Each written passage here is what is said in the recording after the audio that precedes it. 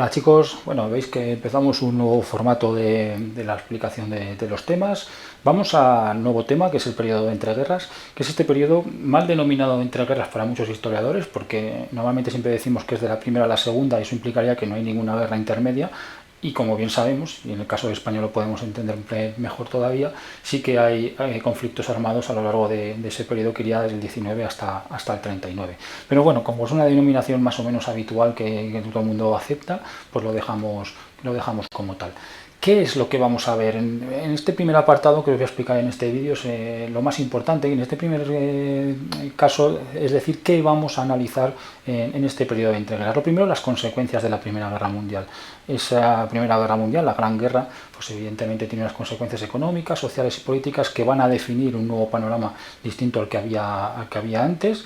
El segundo aspecto que analizaremos, que es el que veremos en el siguiente vídeo, es la situación de Estados Unidos, los felices años 20 y el crecimiento que se da en aquella década y la posterior caída con el crack del 29, el crack de la bolsa y la denominada Gran Depresión, y la situación que se da en esos años en Europa con la llamada crisis de las democracias y especialmente con el ascenso de los totalitarismos, en este caso en Italia con el fascismo de Mussolini y en Alemania con el nazismo de Hitler, que son los dos grandes dictadores que son los que vamos a focalizar también nuestra atención en nuestros apartados. Bueno, voy a empezar explicando un poco la situación, porque es verdad que hay que entender que desde la Primera Guerra Mundial se va a fraguar prácticamente los inicios de la Segunda, y esto va a tener que ver pues con esos desequilibrios económicos mundiales que vamos a ver en el primer apartado de esta introducción.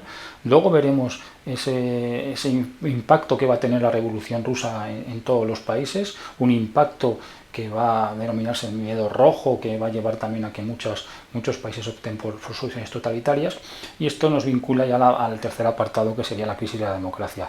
Esto es lo que nos va a permitir que en tan solo 20 años expliquemos que hemos pasado de la Gran Guerra, no hemos aprendido nada y nos vamos abocados a una segunda guerra mundial. Si vamos analizando cada uno de estos tres aspectos, los desequilibrios económicos mundiales hay que encontrarlos especialmente en las crisis o en las consecuencias económicas de la Primera Guerra Mundial.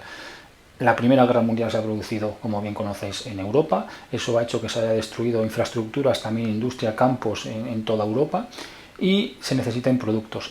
¿Quién es el que va a proveer de esos productos? Pues Estados Unidos. Vemos la situación en 1913, Estados Unidos tiene ya un papel importante, pero su importancia crece de forma muy notable durante la Primera Guerra Mundial. Va a ser el que aporte muchísimos productos a Europa, va a dejar créditos para la reconstrucción, eso va a hacer también que su importancia política crezca, y un aspecto importante es que durante la Primera Guerra Mundial no se ha luchado dentro del territorio americano, por lo que sus bajas económicas, su impacto es mucho menor que han tenido los países en Europa. Entonces vamos a ver pues que Estados Unidos es el protagonista que empieza a crecer en este momento. En Europa, ¿cuál es la situación? Pues una situación completamente distinta. Ha habido destrucción, son los momentos de mucho paro, mucha inflación, devaluaciones de la moneda. Tienen que hacer frente también a los empréstitos de guerra, a esos pagos que también le tienen que devolver a Estados Unidos. Y si tenemos que entender que hay un país especialmente dramático, la situación que tiene especialmente dramática es Alemania. Una Alemania que ya a la situación de destrucción que tiene hay que unir estas grandes cantidades de dinero que se le imponen como multa en el Tratado de Versalles. Al final lo que provoca es que Alemania que tenga una situación completamente ruinosa, y eso se lo ha aprovechado, como bien sabéis, por Hitler en aquellos años que le permitirán crecer, sobre todo después del crack del 29 y la Gran Depresión, que va a tener un impacto muy importante no solo en Estados Unidos, sino también en Europa y especialmente, como decimos, en Alemania. El segundo de los conflictos o de los aspectos que tenemos que analizar para entender también los problemas de estas dos décadas es la Revolución Rusa.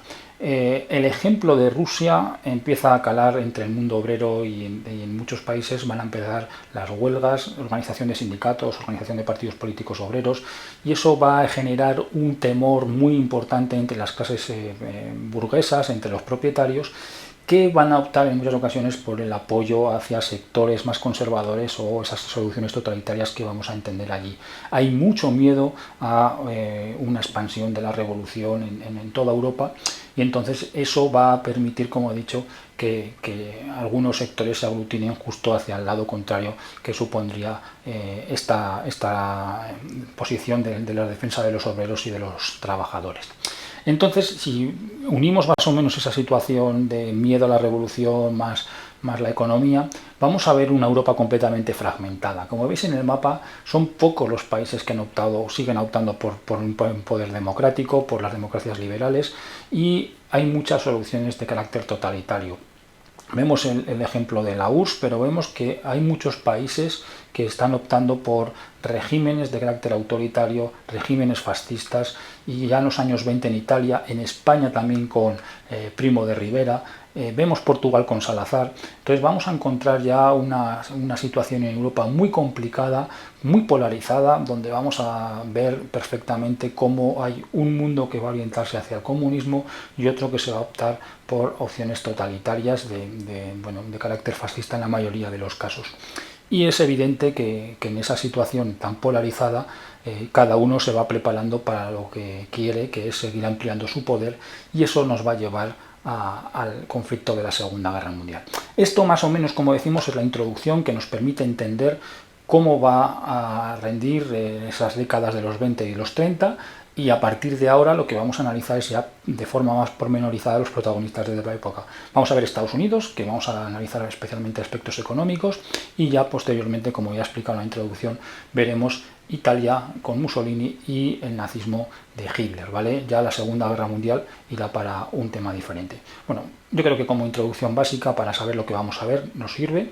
Espero que os haya gustado y que a partir de aquí podamos seguir viendo el resto de vídeos sobre, como digo, Estados Unidos, Italia y Alemania. Adiós.